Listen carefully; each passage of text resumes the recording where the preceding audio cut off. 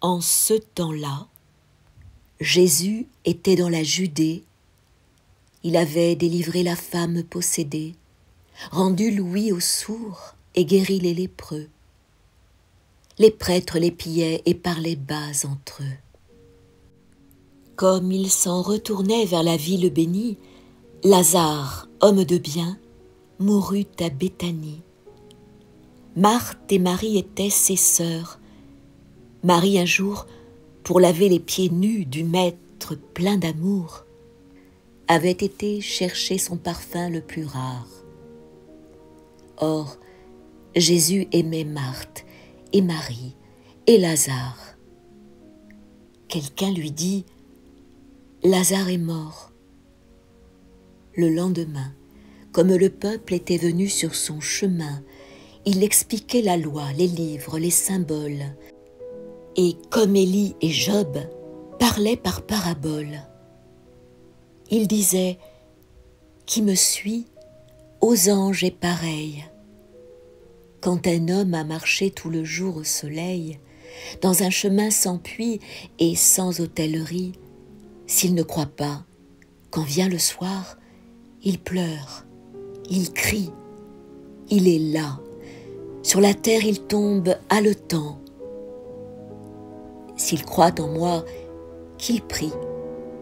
Il peut au même instant continuer sa route avec des forces triples. » Puis il s'interrompit et dit à ses disciples « Lazare, notre ami, dort.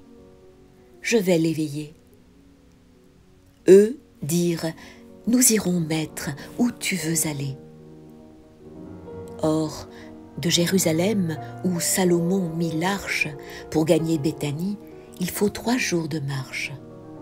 Jésus partit. Durant cette route, souvent, tandis qu'il marchait seul et pensif en avant, son vêtement parut blanc comme la lumière. Quand Jésus arriva, Marthe vint la première, et tombant à ses pieds, s'écria tout d'abord « Si nous t'avions eu, maître, il ne serait pas mort. » Puis reprit en pleurant « Mais il a rendu l'âme. Tu viens trop tard. » Jésus lui dit « Qu'en sais-tu, femme ?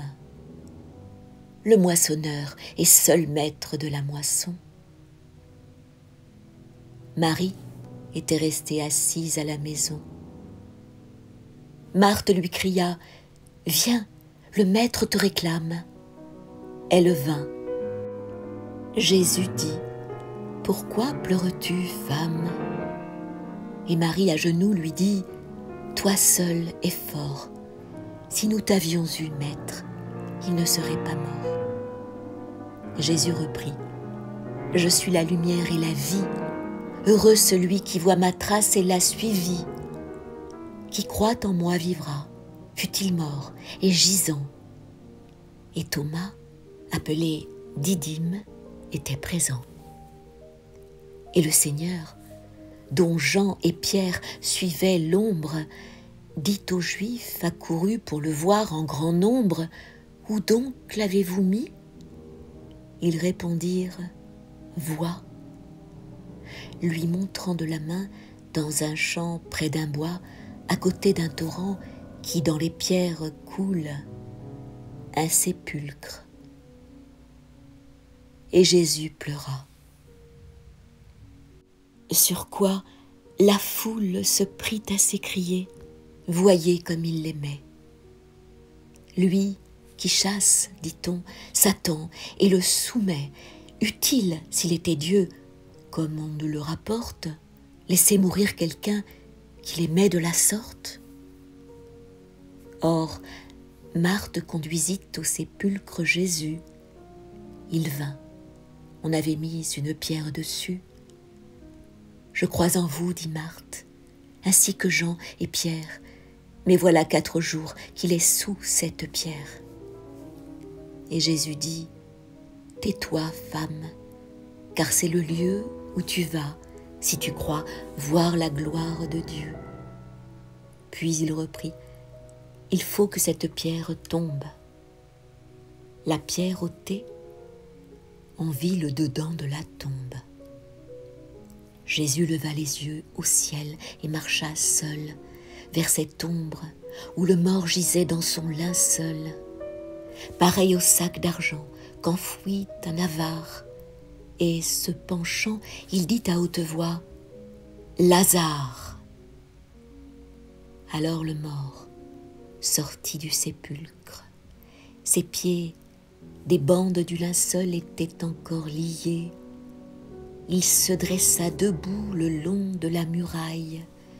Jésus dit « Déliez cet homme et qu'il s'en aille. » Ceux qui virent cela crurent en Jésus-Christ. Or, les prêtres, selon qu'au livre il est écrit, s'assemblèrent troublés chez le prêteur de Rome, sachant que Christ avait ressuscité cet homme et que tous avaient vu le sépulcre s'ouvrir. Ils dirent « Il est temps de le faire mourir. »